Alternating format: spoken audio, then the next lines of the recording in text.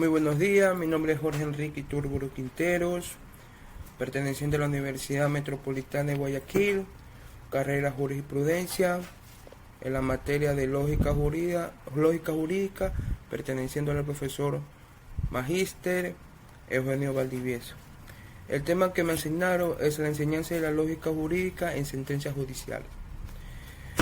Bueno, como parte de la cultura del sentido común se encuentra la idea de que nosotros efectuamos la inferencia que resulta ser incorrecta o inaceptable, ya que Aristóteles y algunos de sus otros escritores contemporáneos habían clasificado varios de estos tipos de razonamiento, y más recientemente la psicología cognitiva ha hecho estudios experimentales sobre el mismo tema.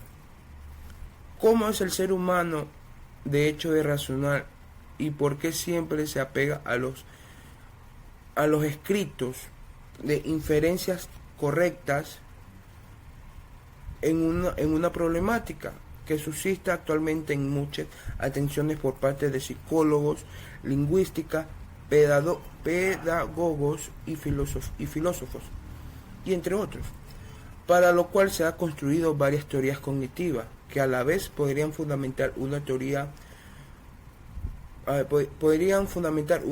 cognitiva de error en la argumentación. Una de estas nociones de la lógica básica es necesaria para con la conceptualización en la práctica jurídica. Las sentencias judiciales constituyen a las nociones de argumento. ¿Qué es argumento? Es aducir, alegar, poner argumentos y argumentar. Es un razonamiento que se emplea para probar o demostrar una proporción de bien para conservar aquello. Pero lo que nosotros vamos son las enseñanzas, métodos para ponerla en práctica en las sentencias, que son sentencias judiciales, para que el fiscal pueda ver y coger y apropiarse acogerse y apropiarse a la ley para el uso del razonamiento. Un ejemplo que puedo poner son: todos los animales son morales y todos los gatos son animales.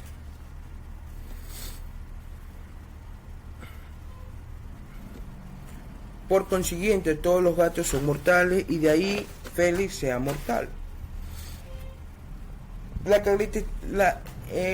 De esta premisa, lo que es un razonamiento asume un enfoque clásico, según el cual un razonamiento debe ser entendido como una relación de enunciados. Un ejemplo en la práctica puedo poner es una prueba testimonial y confesional, demostrando que el señor, en este caso Juan, cultivó y distribuyó droga, pero a quién le demuestra que ha cultivado o ha distribuido droga. Deberá imponerse pena de prisión de 5 a 15 años. Por lo tanto, el señor X deberá imponer de 5 a 15 años de prisión. Esto es un enfoque clásico y es probable que para este caso, en general, en el ámbito jurídico, por el uso de expresiones de normas como el señor Juan tiene que ir 15 años a la cárcel. Pero aquí lo que se debería preguntar es, lo que se tenía que aquí es si el señor en verdad estaba cultivando y distribuyendo droga, si el señor no ha actuado bajo amenaza en esa distribución, o el señor lo han estado chantajeando o manipulando o hasta intentando asesinar para que él distribuya y cultive droga. Claro,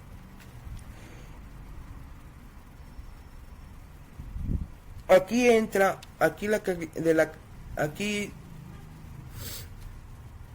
ahora bien, las argumentaciones pueden ser evaluadas desde por lo menos 3 perspectivas al saber, que es la lógica, la retórica y la material. Tenemos que entender que la lógica es la primera y en mucho menor grado que la segunda, que viene a decir la retórica. Son las que tendrá que considerar, pues la material tiene que ver nada más con lo que se encuentra o con lo que buscan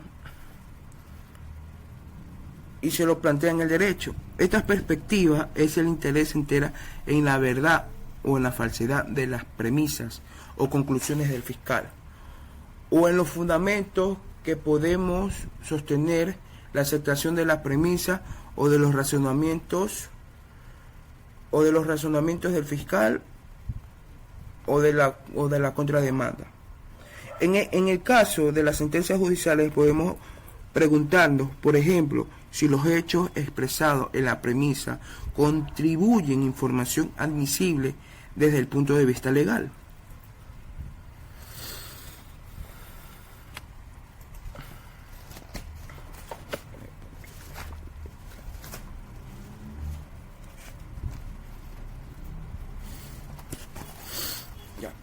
En ciertos tipos de razonamientos que llamamos deductivos válidos, estos son aquellos razonamientos que garantizan que la conclusión necesariamente serán verdaderas cuando quieren que las premisas sean verdaderas. En otros términos, los razonamientos deductivos válidos son aquellos en donde es imposible que las premisas sean verdaderas y las conclusiones sean falsas.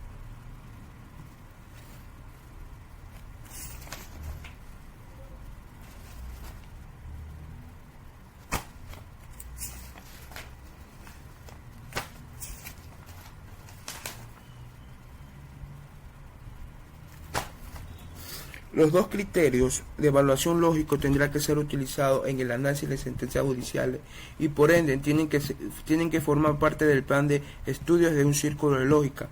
Para el ámbito, por ejemplo, en tales sentencias se infieren los hechos a partir de hechos, se argumenta interpretaciones de normas y razones de calificación de hechos y se asumen hechos calificados bajo la norma de silogismo judicial. En todas estas inferencias, ya sean criterios inductivos o deductivos, o ambos tienen que ser utilizados en el interés de evaluar desde un punto de vista lógico o una sentencia judicial. Las teorías desarrolladas por la lógica para capturar, fomentar esos criterios se pueden formar de parte de la materia del docente. Es importante hacer notar que algunas de las posibilidades del razonamiento que pueden integrar una sentencia judicial, podemos identificar razonamientos que han sido clasificados como estrictamente jurídicos. Esto contribuye a un eje alrededor de la cual gira controversialmente sobre la posibilidad de no formalizar la argumentación jurídica en su totalidad. La existencia del razonamiento propio de la práctica jurídica ha suministrado el material que hace pensar a unos que no es posible contribuir una lógica formal y que capture los aspectos esenciales de esos razonamientos. Este enfoque no formalista está representado en su mayoría por autores que adhieren a la llamada teoría de argumentación o la lógica informal, y a posible teoría de estos razonamientos se ha llamado también lógica jurídica. Distinguiéndose de la lógica formal aplicada al derecho, este enfoque no ha sido hasta el momento el más exitoso posiblemente, y por los resultados parecía ser un enfoque formalista, que lleva la pauta. Inclusive a los formalistas han mostrado como formalizar algunos de estos mismos razonamientos y el desarrollo de estos programas de inteligencia. Ahora, las argumentaciones que se encuentran en cualquier cuatro sectores antes mencionados pueden ser evaluados lógicamente mediante los criterios deductivo e inductivo o hasta ambos. Así es la valoración de las pruebas. Tratamos tanto como razonamientos que son deductivamente válidos como una gran cantidad de razonamientos deductivamente inválidos. Sumamente es importante, ya que por ello evaluados los criterios inductivos, es muy difícil que las diferentes pruebas den una probabilidad de un 100% a la conclusión que ciertos hechos ocurridos en ese caso. Por ejemplo, una llamada de prueba inicial en donde a partir de ciertos hechos particulares o descriptivos de ellos los jueces llegarán a construir una cierta hipótesis